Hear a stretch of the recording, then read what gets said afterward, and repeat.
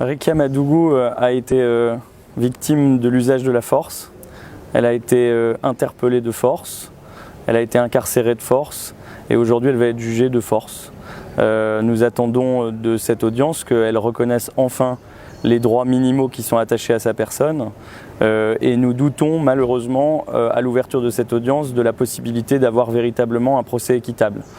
Je rappelle que la juridiction d'exception qui va la juger a condamné de nombreux opposants politiques à des peines extrêmement lourdes et qu'aujourd'hui, sur un dossier totalement vide de charges, elle risque de condamner Madame Madougou à une peine qui serait totalement disproportionnée et totalement injustifiée.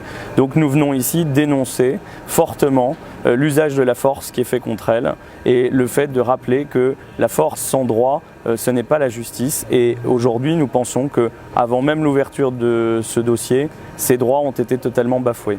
Aujourd'hui, on va s'exprimer devant ces magistrats, on va faire valoir nos arguments.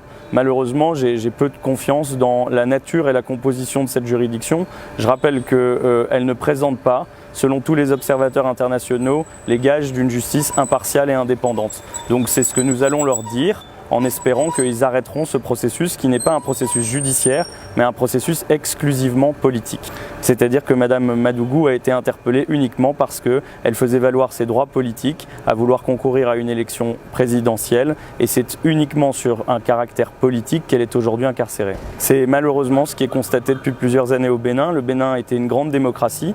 Je pense que le Bénin réalise des choses intéressantes sur le terrain économique, mais malheureusement au mépris total des libertés publiques. Je fais le parallèle avec tous les opposants politiques qui depuis 2 ans ont été incarcérés, exilés et qui n'ont pas pu faire valoir un processus démocratique pluraliste comme le souhaitait Madame Madougou. C'est une femme qui a toujours incarné une alternance au Bénin, une femme forte, courageuse, qui a souhaité exprimer ses idées et c'est pour ça qu'elle est aujourd'hui incarcérée.